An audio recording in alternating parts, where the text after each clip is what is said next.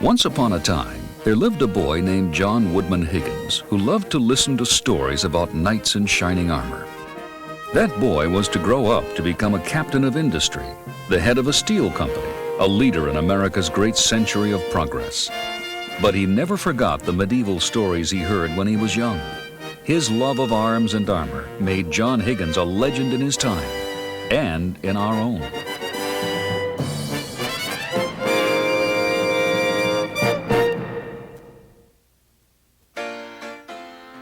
America was almost 100 years old in 1874, the year John Higgins was born. The Transcontinental Railroad had just been completed. Men such as Andrew Carnegie, John D. Rockefeller, and J.P. Morgan made this the golden age of American industry, and everybody was celebrating the triumph of progress. The 20th century was just beginning when John Higgins came of age in Worcester, Massachusetts. Inventive even as a youth, inclined toward math and science, he earned an engineering degree from Worcester Polytechnic Institute and went into business with his father. He was a young man with bold new ideas, and he had his eye on the future. At a time when most metal products were forged by hand or cast in molds, it was John who invested in new machinery that stamped products out, quickly and inexpensively, from sheets of steel. It was a venture at the very forefront of technology. The new company was called Worcester Pressed Steel. At the age of 38, John Higgins became its president in 1912. 2 years later, the First World War broke out, and Worcester Pressed Steel stamped out shell casings and doughboy helmets by the thousands. John Higgins' investment in the new technology had paid off for the company and for the country. Not only was his business growing, but so was his family when John Higgins decided to build his home at 80 William Street in Worcester. Completed in 1915 for the staggering sum of nearly $90,000, it was truly the house of the future. It had ice machines, automatic shoe polishers, all kinds of modern conveniences, some invented by John Higgins himself. The house of the future was also home to a growing collection of treasures from the past. Every year, John Higgins set out for Europe, accompanied by his wife Clara, his sons Carter and Bradley, and his daughter Mary Louise. Collecting and traveling were all the same. And we stayed in castles over there in England. And these castles were so thick, the walls were so thick. And I don't think I'd want to live in one very long. In the course of these travels, John Higgins acquired some reproductions and a few authentic pieces of armor. But he longed for what he described as one real good, genuine suit. Seeking the advice of Dr. Bashford Dean, curator of arms and armor at New York's Metropolitan Museum of Art, he made his first important purchase, a group of armors from the collection of George J. Gould, through the dealer Sir Joseph Duveen. They were very good, genuine suits indeed. Soon, Higgins' treasures were creeping into his office and popping up all over his house. The entrance hall began to get a little bit crowded. We had some suits and we had tapestries and things like that.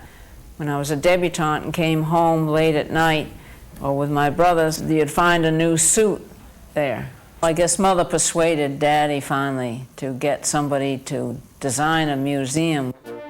The idea of a steel museum appealed to John Higgins in a number of ways. It would allow him to exhibit his collection for the education of all. A suit of armor, he once wrote, presents a complete history of the steel industry down to our day. Not only would he present the pageantry of the past in his museum, he would also display the promise of the future by making Worcester Pressed Steel itself part of the show. Every factory is a potential education demonstration museum, he wrote, and should open its doors to a visitor's walkway and an exposition of its products to attract qualified recruits, to inspire the machine workers, to inform the public, and to reveal the fun in business. A veritable lesson in steel, the new museum would combine past and present, old and new, art and craft. The building, one of the first multi-storied glass and steel structures ever built, was so revolutionary in design that its architect, Joseph D. Leland, had to build a one-story prototype to prove it would stand. Controversially modern on the outside, the interior featured corporate offices on the first 2 floors. Higgins Armory was exhibited on the 3rd floor, in a great hall based on the castles that the family had visited in Europe. Higgins included touches such as medieval-style stained glass windows and smudged the stonework with smoke to make it look ancient. On top of it all was a knight in armor made by a German craftsman, the trademark of Worcester Pressed Steel. After 2 years of construction, at a cost of 300,000 Depression-era dollars, John Higgins Steel Museum was completed in 1931. The grand opening was grand in every sense of the word. They had the Boston Symphony Orchestra come up and play, and there were many, many people, and they had 19 policemen they had to get outside to manage the traffic. And everything was going very nicely upstairs in the Great Hall, and suddenly 2 of the knights at the end of the hall got off their pedestals and walked down the hall, and that was my 2 brothers walking, and I was after them picking up anything they're liable to drop, and they came up to Daddy and saluted him. It was quite exciting to see that.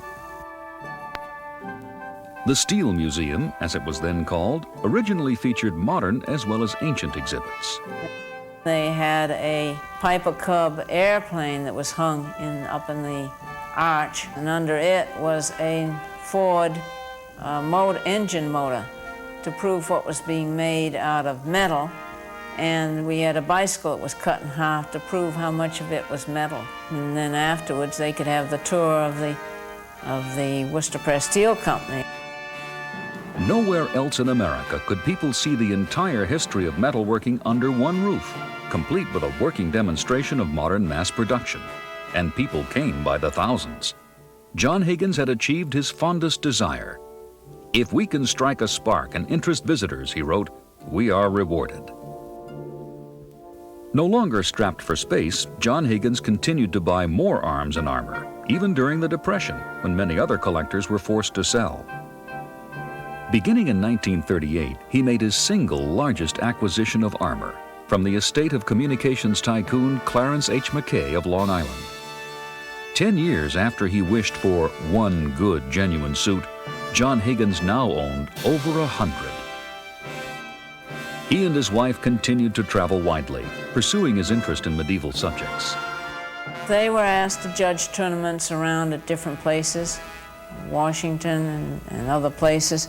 My father was against guns. He didn't think that was fair playing. He understood swords and things like that, but not guns. John Higgins was also against the fascism that was sweeping over Europe.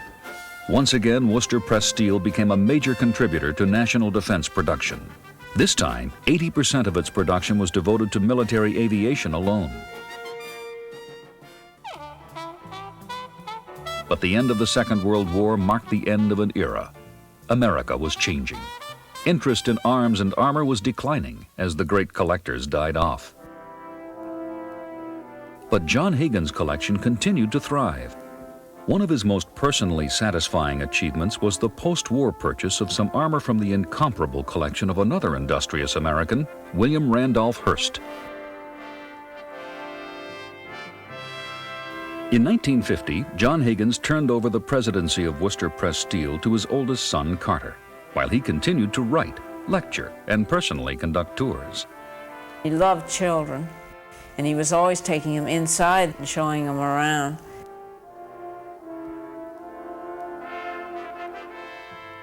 Even on his death, we must have had a group of 6 or 7 boys, young boys, who came and sat on the steps outside of his house bemoaning the fact that he wasn't there anymore. In 1961, at the age of 87, John Woodman Higgins died of a heart attack.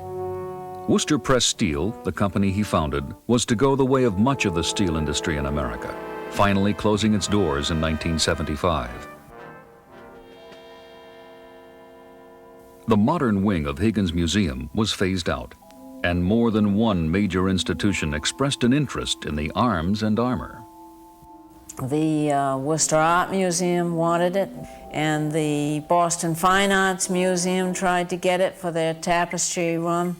A private collector tried to get it, and the Science Museum down here tried to get us to build a whole new museum out there on property near them. Through the commitment of the family and friends of the museum and a volunteer board of leading citizens, John Higgins' collection of arms and armor remains intact today.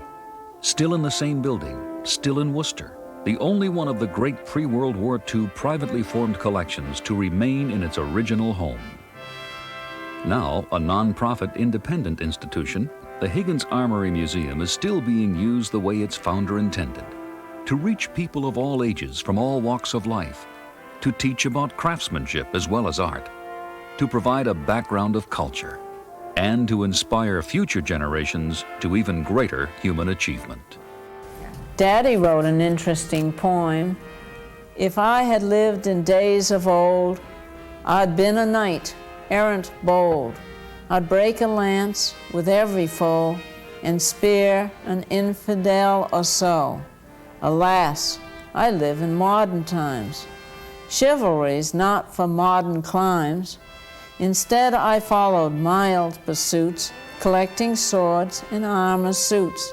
Still, I like to think how I would look, dressed up like a knight in a storybook.